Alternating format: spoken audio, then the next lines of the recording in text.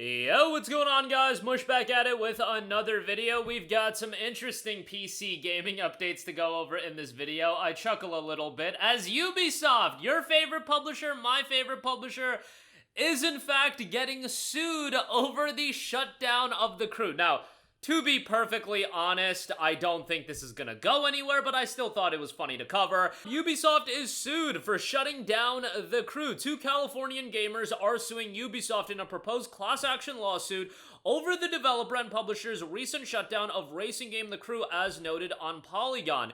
Ubisoft released Crew all the way back in December of 2014, and recently, back in 2023, December of 23, they shut down the game, and it is once again pointing towards buying games, whether you buy games to own them or you're just buying a license. Now, it has become apparent that, it was always us buying a license, but nobody reads those agreements, and in the case of, in the States, it is going to be very, very difficult to win a lawsuit like this. Again, we talk about the Pal World lawsuit, and I like to reiterate, I am not a law expert. However, in cases like this, the United States is very much going to lean on the side of the big publisher or big business rather than the individual consumer, unless something absolutely heinous is being done.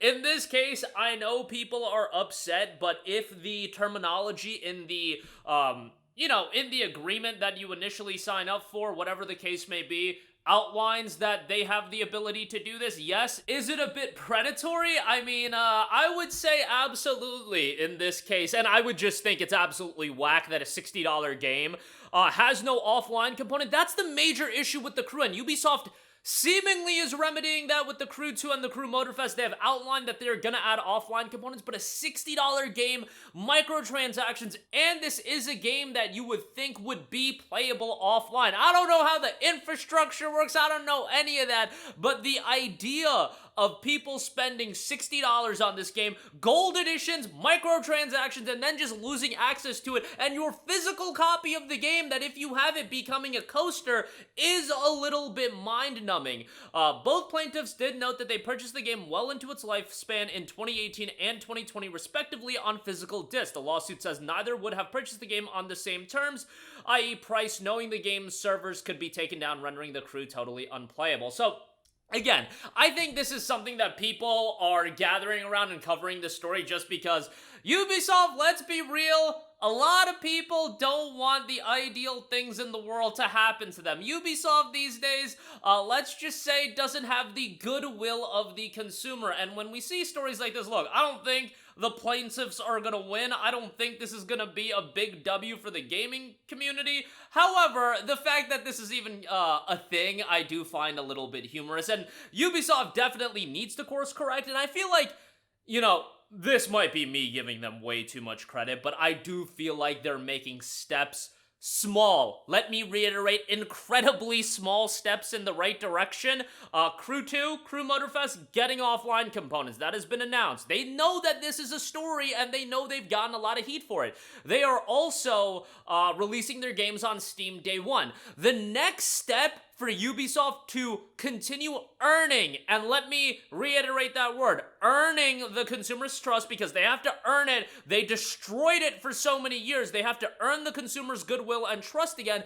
They should pull Ubisoft account linking. I'm sorry, I don't know what this is offering to you right now, Ubisoft. If the microtransactions are so juicy and you need the account linking, I get that's what Sony said as well, but do you want to restore goodwill? Well, then make it optional at the very least. Make it so if you do want to buy the microtransactions, then you gotta do the account linking. There's gotta be a way around this. That's what I'm saying. There absolutely is a way around it. Why won't they do the way around it? Because they're selfish and they're a business. They're entitled to try to make as much money as humanly possible. But I look at something like Prince of Persia: The Lost Crown. Bro, why does that have account linking? Nobody knows. Nobody can give me a good answer, but it's ridiculous for a game like that to have account linking. And obviously, I'm getting on a tangent about Ubisoft, but it's all of these elements factored together, and you look at everything in totality. This is Ubisoft taking a rocket launcher and absolutely nuking all of their goodwill. It's these steps over and over again, and these things accumulating over and over again.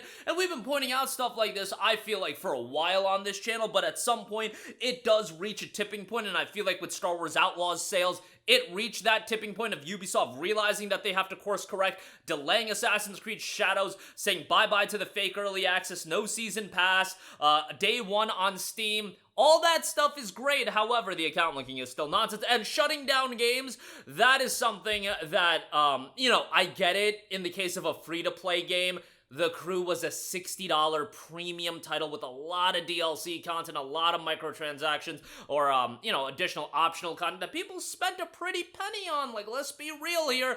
There was a lot of money being spent on it, and The Crew being shut down, and let's just say Ubisoft got away with it scot-free, and what I'm saying is, they didn't get away with it scot-free. It was damage to their goodwill. That is not quantifiable damage. We cannot say, oh, this cost them X amount of dollars, but over time, destroying your goodwill like this, people do take notice of this, and other publishers will take notice of it, so that's why I'm making a video like this, to continue to call out Ubisoft and make people understand, and I think most of you guys at this point do understand that they are absolutely whack, but destroying Ubisoft's goodwill is something that absolutely should be studied, and I feel like Sony is doing a pretty good job of destroying a lot of their goodwill right now. Now, Sony is the market leader in the console space with no competitor, so it's a little bit of a different ballgame. Ubisoft is a player in the games industry. That's all they are, and if Ubisoft games don't turn out well, there's gonna be a billion other games to play. If PlayStation consoles don't turn out well, a lot of people ain't going over to Xbox. A lot of people just don't inherently want to go on PC. And, PlayStation consoles are still going to do fine until they completely nuke their goodwill. Now, it should be noted that their PC sales are already suffering, and that's a part of them destroying their goodwill. This is happening, and ultimately, when you do stuff like this, your goodwill is affected, and your sales numbers will suffer. Now, I don't think it's one isolated in a vacuum. This is the straw that broke the camel's back with Ubisoft. I think The Crew is an element of it. I think a lot of the other stuff that we've covered for the last couple of years have all been elements of it, and it all factors together, and that's where you bring in the clown show that is Ubisoft in 2024. But that's my 2 cents on that. I don't think this lawsuit is going anywhere, but you know what? At the very least, it's a net positive to get this story back into the eyes of the consumer. You know what? If this gets into the eyes of one new person, that's a W.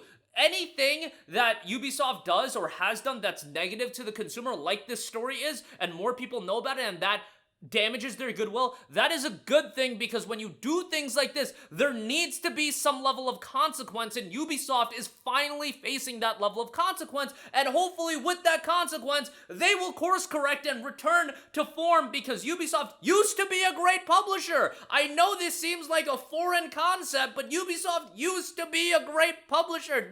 There was a time when I was young where Ubisoft was revered. Do you guys remember the hype and anticipation leading into the release of the original Watch Dogs? That was in 2014. That was a brand new IP built on the back of it being a cool new premise, and Ubisoft just having a lot of goodwill. Yes, that was a decade ago, and the game has completely shifted, but I'm just saying, that timeline did exist and was reality at one point. But that'll do it for me. Let me know all of your thoughts in the comment section down below. As always, guys, thanks for watching, and I will catch you guys in the next one. Peace out. Hey, what's going on, guys? Mush here again. Hope you enjoyed the video. As you guys might know, YouTube's notification system is sometimes a little bit wonky, even if you're subscribed to the channel. Maybe you're not abundantly aware that I uploaded a video. To remedy that situation, make sure you hit the bell notification button. This way, whenever I upload a new video, and I try to upload as consistently as possible, you will be notified directly of the upload, and you can watch it as soon as it goes live. I would really appreciate if you guys hit that button so you can stay up to date with all of the content I'm posting. But as always, guys, thanks for watching, and I'll catch you guys in the next one. Peace out.